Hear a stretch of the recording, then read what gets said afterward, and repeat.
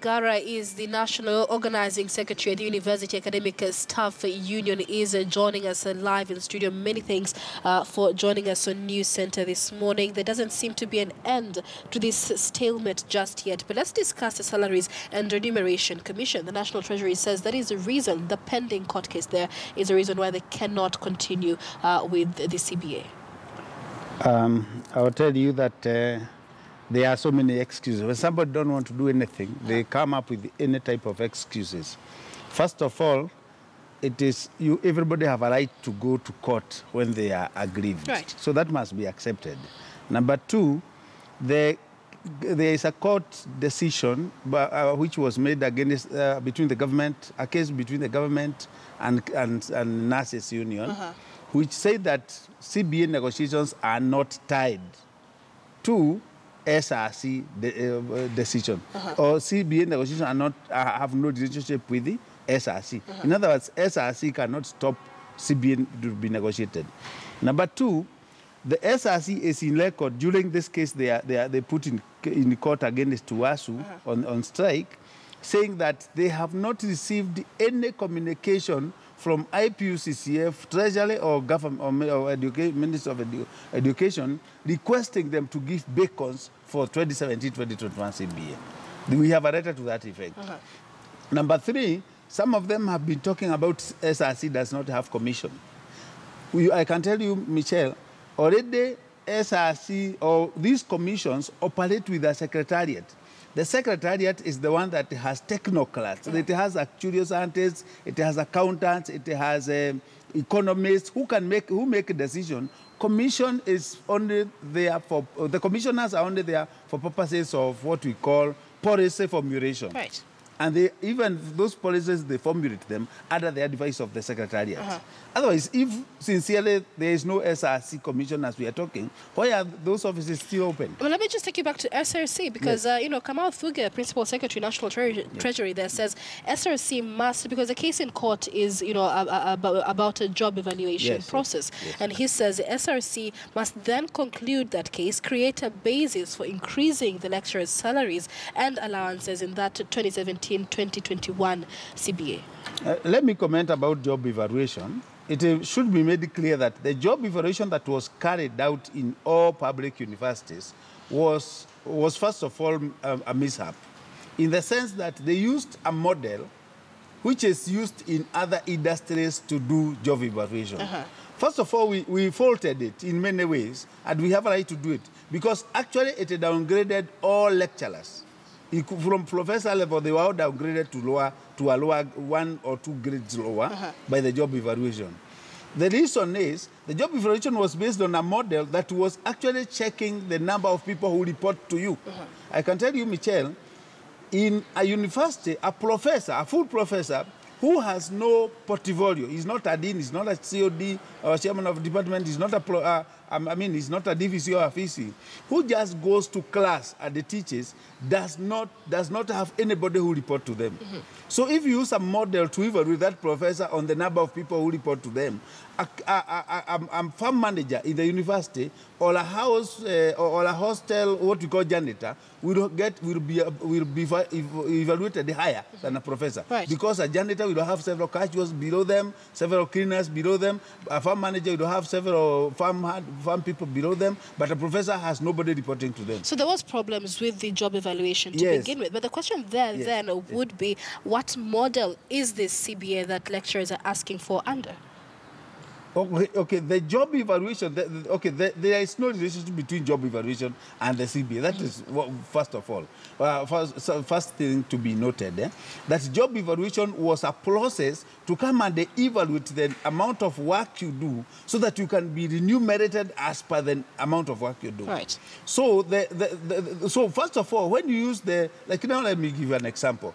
If you have a house girl, you have a housemaid, a shaba boy, and you want to use the same job evaluation to assess their performance, you can ask a house girl, how many meals do you cook per day?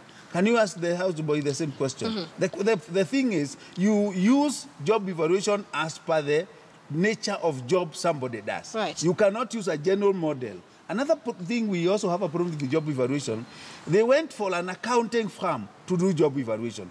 When we have HR expert firms that have been recruiting people in all. So there is already a problem in the whole process that was done in job evaluation. When it comes to CBA, CBA is not tied to job evaluation because CBA is entrenched in the constitution whereby you negotiate your salaries and allowances after every 4 years. Right. And now the first CBA was 2013-2017, which we concluded last year at the tail end of the CBA. Now we agreed with the IPUCCF and the government that we should negotiate 2017-2021 at the starting of the cycle. And we gave our proposals March last year. Now, SRC was in office from March last year all the way to December. That's when SRC commissioners' term expired. So how do they justify that they could not even work with SRC within those 7 months before the SRC went? All right. Just one more question to clarify the relationship or the lack of it between the CBA and the job evaluation exercise. Should this case pending in court be concluded today or be concluded after the implementation of the CBA, and the court then decides that we're going to raise the cadres of these teachers because you say they've lowered the cadres when it comes to job groups, will that not have an impact on the CBA? It will not have any impact. Because what happens when you negotiate your salaries as per the CBA and you have arrived at some various figures and all that, and what the job evaluation is supposed to do is to come and now evaluate your job and now decide how are you supposed to be remunerated. Right. We have cases where SRC have reviewed our allowances. Like there is a time they reviewed our subsistence allowance, they also reviewed our house allowances. The SRC said that if you're earning more than what the SRC has recommended, yours will not be reduced. You will stagnate there until until the time when other colleagues reach your level. Right. If you're earning less than what is recommended, they agree that they recommended that you can now your allowances can be upgraded to that level. Right. So there is always a way of dealing with these things even when they are separate. But tying everything to one another is wrong. Another thing I want to mention is that the decision of the Committee of Parliament is equivalent to a High Court decision. And it ordered Treasury to give beacons. Treasury, Kamauduge, the PS, was ordered to give beacons for CBA to be negotiated. Education to give a counter offer as per the beacons of the SRC, right. And we start negotiation now. So we are saying that if we get that counter offer today, we can be able to negotiate within 2-3 hours, and we have a return to work formula, and there will be no mercy in university. We want to speak to a member of the IPUCCF, but we were not able to. But let's just talk about the punitive measures that are awaiting lecturers, because already we have the likes of Moi University, which has withdrawn salaries for striking lecturers, and this is something that UASU has remained adamant, telling lecturers not to go back to work. How will this be dealt with? We must say that most universities, vice-chancellors have started to take some punitive measures against our members, and we want to condemn them with the strongest terms possible, because that is illegal. First of all, I can tell you, Michelle, all this time we have been on strike, there is no one university that have been closed. It does not mean because we are on strike we don't report to work. We go to work every day. But we exercise our constitutional right as per Article 36 and 41 of the Constitution to go on strike, to picket, to demonstrate, to represent memorandum. We have done all that in our universities. So we cannot be condemned like we are doing something which is outrageous. We have not picked pangas or machetes to go and demand increased salary. We are using the constitutional means that is given in the Constitution. And therefore, nobody should condemn us. So withholding salary is wrong. 2, we have vice-chancellors who have resorted to using administrative police in the university. And we have Masai Mara. Like me, I was arrested the other day when I went to do my own constitutional duty to mobilize our members to go on strike. I was arrested and locked in a cell in Masai Mara by administrative police in the university. We have a university in Calatina. The vice-chancellor and the chairman of the council are working around the university with the administrative police. and looking for people who are not in class and condemning them or threatening them. Right. We are going to take serious measures against those vice chancellors. All right. And of course, I mean, it makes no difference if lecturers are still reporting to work, although no learning is going on, because we've been doing spot checks across several public universities, and no learning indeed has been going on. Last week, UASU asked students in the remaining universities to go back home because it is not clear how much longer this strike will take. What is the next step now after the directive of the National Committee? There are two ways a CBA can be negotiated. One, under normal circumstances, SRC only comes in after you have given a proposal as a union, you have gotten a counter offer, then you negotiate. After you negotiate a CBA, you get what we call a provisional CBA, which is taken to SRC.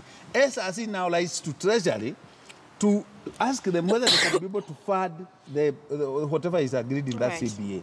That is that now, if the Treasury has any problem, the SRC can recommend the adjustment of those figures. Right. That is one method.